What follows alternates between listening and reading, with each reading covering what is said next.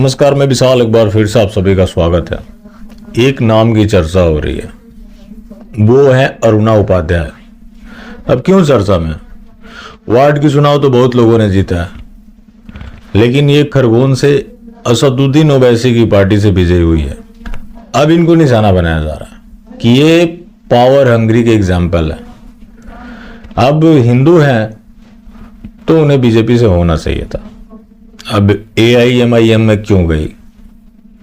तो अगर गई तो वो बिक गई। अब सवाल है कि AIMIM और भारतीय जनता पार्टी दोनों कहां से अलग है? बस नारों का फर्क है। जो असदुद्दीन ओवैसी की पार्टी की विचारधारा है वही भारतीय जनता पार्टी की विचारधारा है। भारतीय जनता पार्टी का इवन उससे ज्यादा खतरनाक है।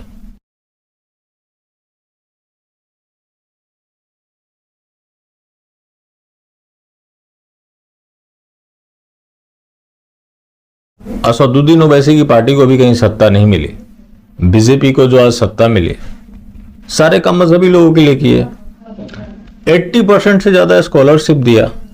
आज तो मैं दावे के साथ कह सकता हूं कि ओवैसी भी प्रधानमंत्री होता तो मोदी से ज्यादा दिन के लिए काम नहीं किया होता।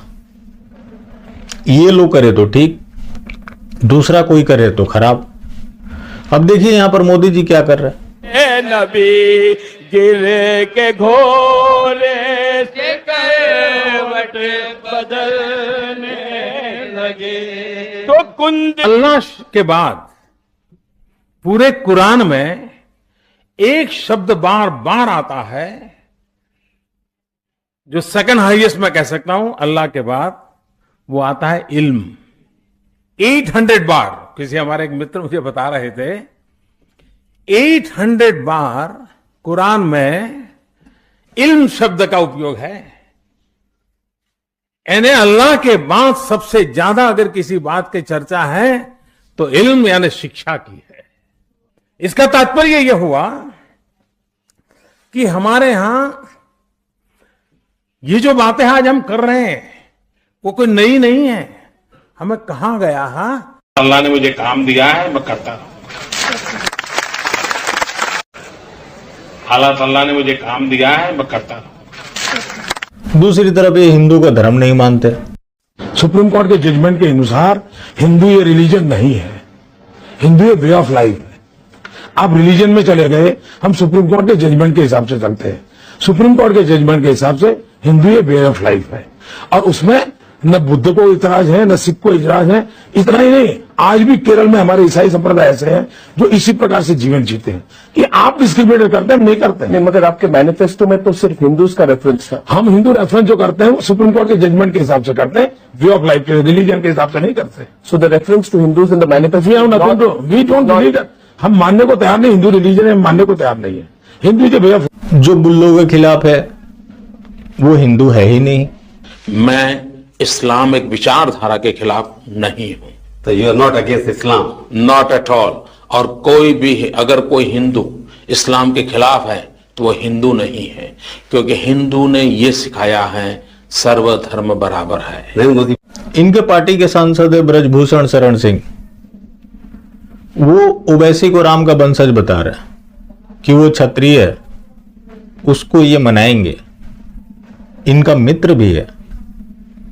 शोभा सुरेंद्रन केरल की है। ये पहले की बात है जब इन्होंने कहा था कि 30-40 सीट कम पड़ेगी तो ये मुस्लिम लीग से मदद लेंगे अगर उसने अपने कम्युनल पॉलिसी में चेंजेस लाए। जिसका जो पॉलिसी है वो कभी बदलता नहीं है। आज भारतीय जनता पार्टी को लेकर भी बात होती है कि भारतीय जनता पार्टी मोदी शाह की वजह से अपने रास्ते से भटक गई। ये गलत बात है। मोदी शाह ने भारतीय जनता पार्टी का जो असली चरित्र है वो दुनिया के सामने लाकर रख दिया है। ये पार्टी ऐसी रही कि जिसकी विचारधारा कुछ और रही, प्रचार कुछ और किया। बाकी अन्य पार्टियों में एक चीज तो है, जो है वो खुलकर है, लेकिन ये लोग दिखाने के लिए कुछ और करते हैं, करने के लिए कुछ और करते हैं। अब देखिए ये पुष्कर सिंह धामी जी कांवड़ियों का पैर धो रहे हैं। ये क्या है? सिंबॉलिक पॉलिटिक्स है।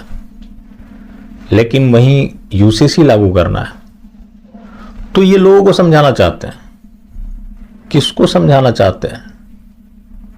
ये क्लियर है, बताने की जरूरत है नहीं। मैंने क्यों बोला कि इस पार्टी की जो विचारधारा रही उससे अलग इसने प्रचार प्रसार किया। जैसे ये बीपी सिंह के सरकार में शामिल रहा, मंडल कमीशन लागू हुआ, SC/ST एक्ट बना, कश्मीरी हिंदुओं का पलायन हुआ, कहीं इनके कान पे जू तक नहीं रेंगा। हर जगह इन लोगों ने समर्थन किया। कश्मीरी हिंदुओं के पलायन के समय तो इन लोगों ने निंदा तक नहीं किया, उनका फोन तक नहीं उठाया। जब अडवाणी जी को लालू प्रसाद यादव ने गिरफ्तार करवाया तब इन लोगों ने बीपी सिंह की सरकार से समर्थन वापस लिया। प्रचार प्रसार क्या किया गया कि मंडल कमीशन लागू होने की वजह से इन लोगों ने सरकार से समर्थन वापस ले लिया। अगर ऐसा किया होता तो मंडल कमीशन लागू नहीं होता। तो आडवाणी की गिरफ्तारी की वजह से ये लोग सत्ता से बाहर है। प्रचार प्रसार क्या कर दिया कि मंडल कमीशन की वजह से ये लोग सरकार को छोड़ दिए। उस समय मंडल कमंडल की राजनीति चलने लगी। उस मंडल कमीशन का परिणाम क्या हुआ? बेशक हिंदू आपस में लड़ता है रिजर्वेशन को लेकर, लेकिन फायदा किन्हें दिया जा रहा है ये भी सुन लीजिए। वहां पर बैकवर्ड नहीं। अब जैसे मेरे यहाँ गुजरात में मुस्लिम संप्रदाय में मैं समझता हूं कि 70 जातियां ऐसी हैं जो ओबीसी हैं, और मेरे गुजरात में जब मैं था उनको ओबीसी की कैटेगरी में बेनिफिट मिलता था, लेकिन कभी मैं मीडिया में नहीं देख रहा। ये मोदी जी बोल रहे हैं, मैं नहीं बोल रहा। आरक्षण का लाभ सभी उठा रहे, लड़ सिर्फ हिंदू रहा है। अब जब ये लोग विपक्ष में होते हैं तो क्या करते हैं? देवेंद्र फडणवीस का एक वीडियो वायरल हुआ था जब वो विपक्ष में थे, जागो तो एक बार हिंदू जागो रे। आपको पता है मंचों से ये लोग हनुमान चालीसा कर रहे थे। जब सत्ता में आए तो इन्होंने ओबीसी आरक्षण लागू कर दिया जो कि नगर निकाय चुनाव में लागू होना था। अब सुप्रीम कोर्ट ने हरी झंडी दे दी। साथ ही एक कंडीशन डाल दिया कि जहां जहां नोटिफिकेशन जारी हो गए हैं वहां इस बार रिजर्वेशन लागू नहीं होगा। तो जब आप विपक्ष में हैं तो आप हिंदुओं को जगाते हैं, जब आप सत्ता में आते हैं तो हिंदुओं को तोड़ते हैं। अब इसे भागीदारी से जोड़ दिया जाता है। एक व्यक्ति जब चुनाव जीतता है तो वो अपना करता है, अपने परिवार के लिए करता है, अपनी पार्टी के लिए करता है। इतने मेंबर ऑफ पार्लियामेंट हैं, इतने सारे विधायक हैं, कभी आपने देखा किसी मेंबर ऑफ पार्लियामेंट या विधायक ने सरकार के किसी प्रस्ताव का विरोध किया हो क्या? तो वहां पार्टी लाइन हो जाती है। तो जब आप चुनाव जीत कर आते हैं तो आप काम सिर्फ अपना करते हैं और आपको जोड़ पूरी कम्युनिटी से दिया जाता है। उस कम्युनिटी के लिए आप क्या कर रहे हैं? ना आप उस कम्युनिटी के लिए आवाज उठा पाते हैं, ना उसके घर आटा चावल भिजवा रहे।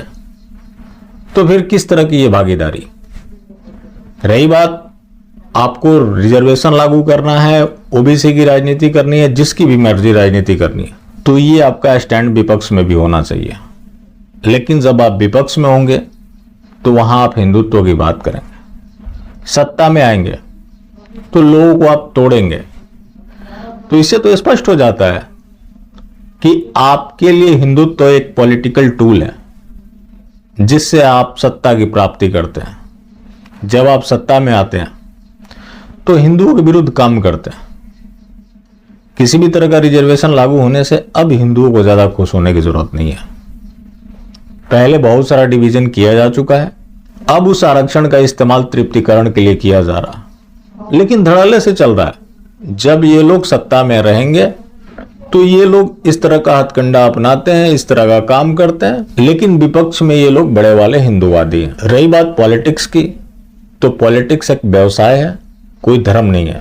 बेशक जुमला मंडली ने हिंदू धर्म का मतलब भारतीय जनता पार्टी कुछ लोगों को बता दिया हो कि आप हिंदू हैं तो आपको भारतीय जनता पार्टी को ही समर्थन करना होगा। बेशक भारतीय जनता पार्टी आपके विरुद्ध ही काम क्यों ना करे। अब मध्य प्रदेश का जो निकाय चुनाव हुआ वहां सीटों के बंटवारे में भी तृप्तिकरण दिखा। तृप्तिकरण तो दो ही लोग कर रहे हैं, एक तो मजहबी लोगों के लिए 80% समर्पित हैं, जो 20% बच जाता है वो किन के लिए करते हैं? जो जय भीम के नारे लगाते हैं। अब यहां पर ध्यान देने वाली बात है, जो दलित सनातन में विश्वास रखता है उसको इन चीजों से कोई फर्क नहीं पड़ता। जिसका सनातन में कोई विश्वास नहीं है वही जय भीम के नारे लगाता है, और सरकार तृप्तिकरण भी उन्हीं का कर रही है जो सनातन के खिलाफ है। अब SC/ST एक्ट में जो संशोधन हुआ, किन लोगों ने विरोध प्रदर्शन किया, किन लोगों ने तोड़फोड़ की? वही लोग शामिल थे। सरकार झुक गई। तो पॉलिटिक्स में कोई धर्म को लेकर नहीं जाता, वो एक व्यवसाय है, हर किसी को राजनीति करनी है।